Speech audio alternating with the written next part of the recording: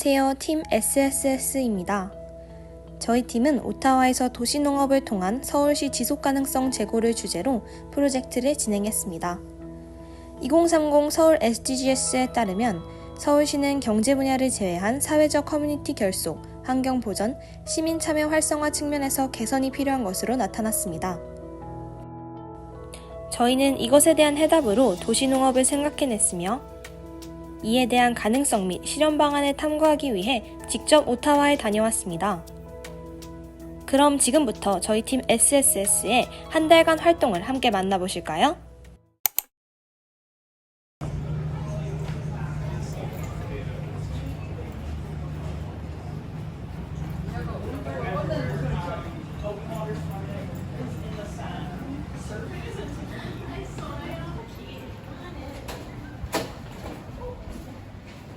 In like shipping container, and then there's a few projects that they do shipping container grow ops that they send up north to the Arctic, and as it's a larger business than just a farmer's market or a craft market.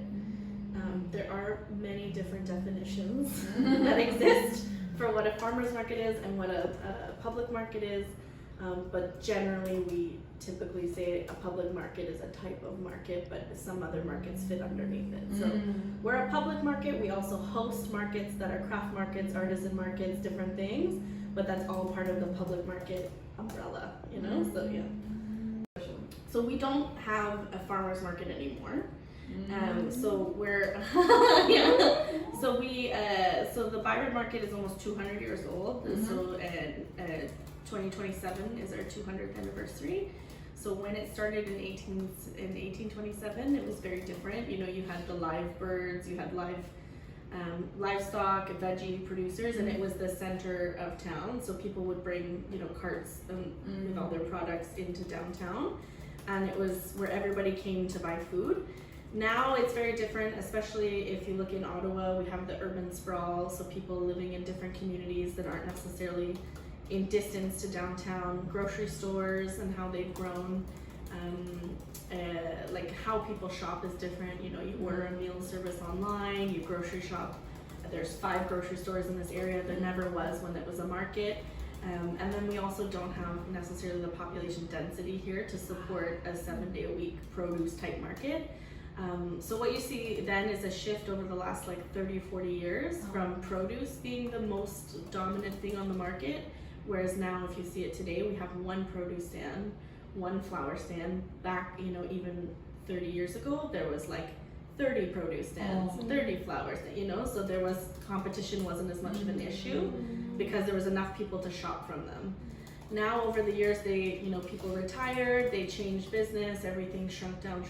Now I have one produce vendor left. I think the biggest part of my job as the general manager is to talk to people and like understand where their needs are and how I can help address them. So I do, like with Sarah Ann, who you're gonna talk to in the counselor's office, we did a walk with folks that are wheelchair users to understand how they could get around the market and if there was any barriers to access for them. And then we'll meet with the community association and ask, you know, they were the biggest push. We used to close the street on Clarence Street, and we kept getting feedback from the community association from the residents nearby that they didn't like it and that it was a problem for them and that the bars at night were too loud, and so that was something that we stopped doing to support their needs. But yeah, I think at every kind of step of the way, we're checking in with what, you know, the business community, the residential community, and the houseless community needs, and it informs every decision we make. So yeah, pretty constant. Revitalization within the city of Ottawa. Yeah. Oh yeah. So the city of Ottawa this is the original downtown here, right? So where the city started 200 years ago is the Byron Market.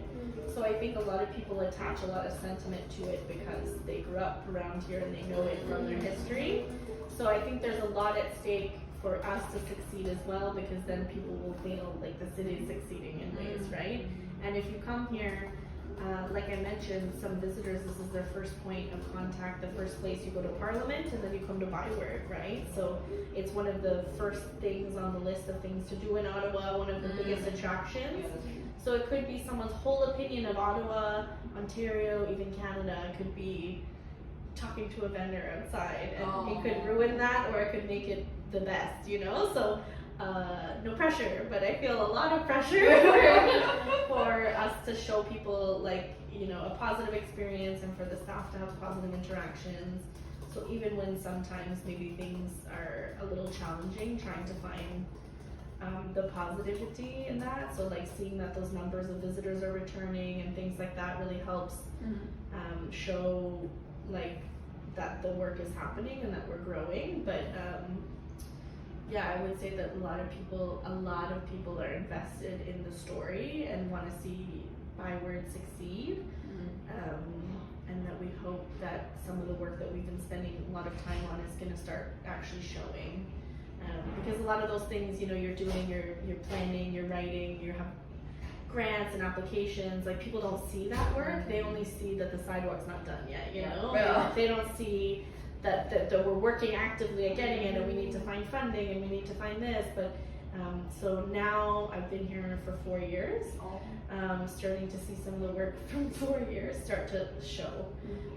So that hopefully the next couple of years will just be showing more, and people start seeing momentum for us to kind of grow. Thanks. Thanks, guys. Thanks so much. I'm gonna go back in here. Okay, have a good day. Thank you. Bye.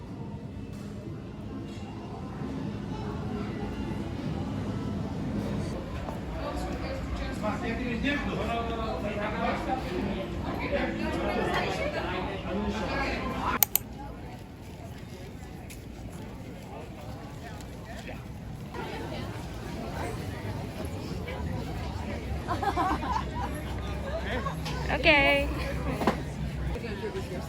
So my name is Andrew Phillips. I run the Avalor Berry Farm with my family.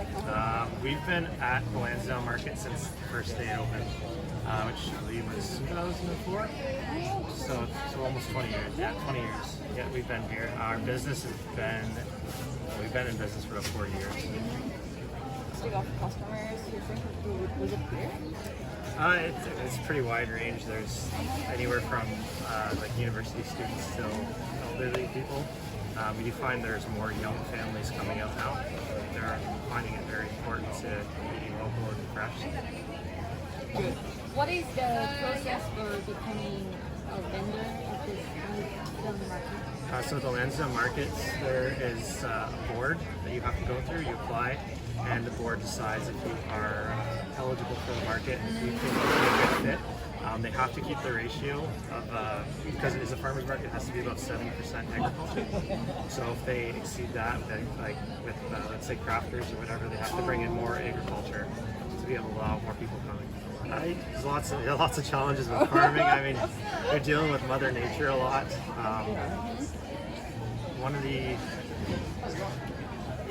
Ottawa Farmers Market does a good job putting on the market. But there are challenges, like especially with the growing aspect for me. Especially growing products. Growing the products, you're dealing with the heat like today, and you know you could have a week of rain and then things start to rot on you in the field. So that'd be the most challenging part. It's held in this market, like community booth or other ones. Yeah, we don't really participate in that. There's the strawberry social, I guess, that they have once a year, and we supply the strawberries for that. But, yeah. Absolutely. Yes, but like I said, we are only involved with the strawberry social for us. Yeah, that'd be the big one. So that's our main product is strawberries. So. That's a good question. I don't know. I think it's important to be having local businesses around, and it creates more jobs. And the quality of the fruit that you're getting here is you can't beat it with what's in the grocery store. So. Fascinating. Okay, thank you.